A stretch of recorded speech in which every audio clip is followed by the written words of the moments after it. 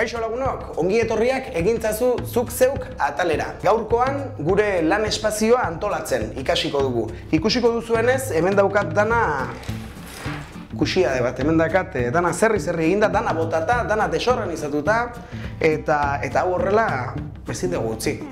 Lanerako beti behar izaten da pixka bat antolamendua, ordena eta horretarako gaur soluzio bat planteatuko dizuegu. Soluzio desberdinak daude gauzak txukun eukitzeko, baina guk bat ekarriko dizuegu gaurkoan. Hementxe daukagu gure panela. Panel desberdinak topatuko dituzue, modelo desberdinak topatuko dituzue, ze denda bakoitzak bereak izaten ditu eta hauei esker lortuko dugu hementxe hau konfiguratzea guk nahi dugun moduan, eta hementxe adibidez potoak jartzea, margoak, zeloak, guraiziak, horrela izango dugu gure langunea antolatuta eta txukun-txukuna.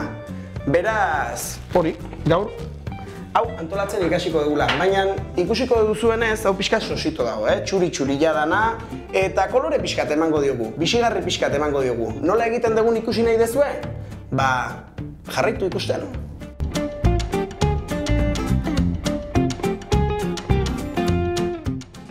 Bueno, esan dizuegun moduan, orain kolorea eman behar diogu gure panel txuri eta triste honi. Horretarako espraia erabiliko dugu guk, kolore hauek aukeratu ditugu. Laranja, horia, arroxa eta hementxe txiki-txikila urdin argia.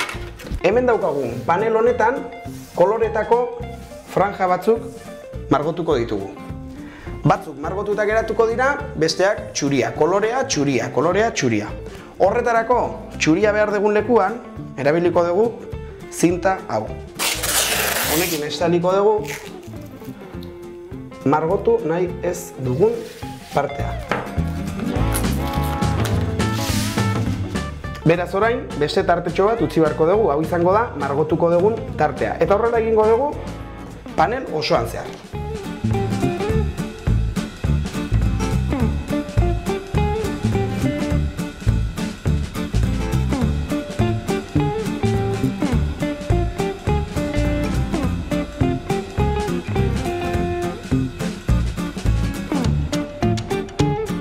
Behin zinta guztia jarri degula, garrantzitsua da ongi begiratzea ea detailetxoren bat edo tartetxoren bat uzten dugun.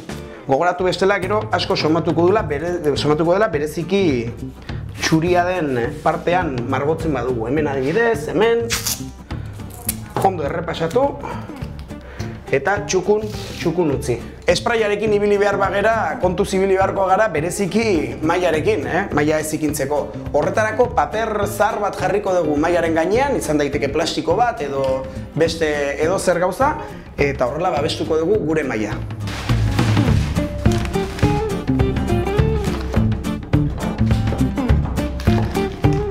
Guk horrela egingo dugu, lehenengo arroxa jarriko diogu.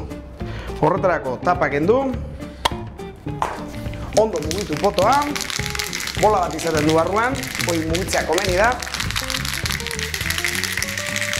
Eta pintura botatzen hasiko gara. Hasiko gea. Garrantzitsua da, altura pixkat hartzea, zeren bestela pintura gehiegi botako dugu toki batean bakarrik. Hortxe.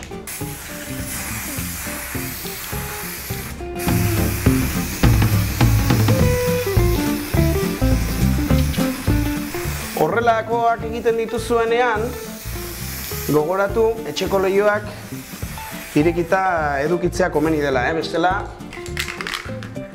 usaiakin arazoak izango ditugu. Orain horia, berdina, moitu.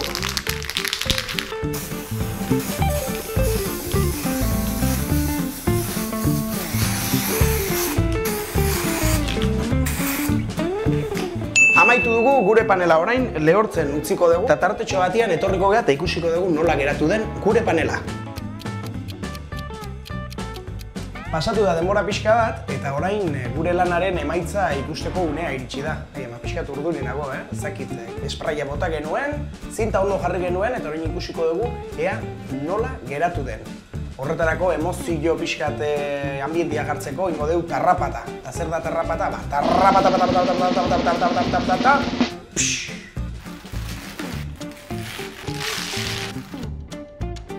zerbait garbitu nahi badezue edo koskaren bat gelditu baldin bada, disolbentearekin konpondu daiteke.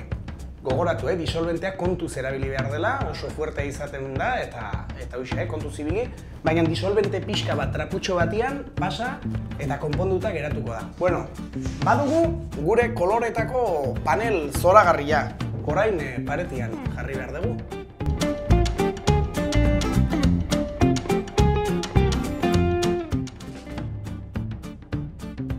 Behin panelak jarri ditugula, iritsi da gure materiala antolatzeko unea. Horretarako, baditugu horrelako tramankuluak, panelarekin etortzen zirenak.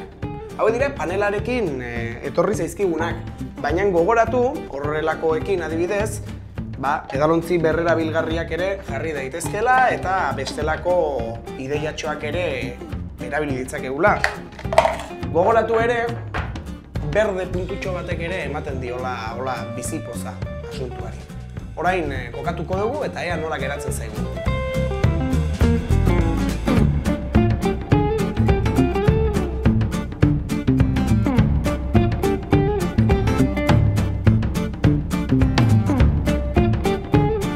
Horrelako laminak badituzu ere, aprobetxatu eta panela osatzeko jarri.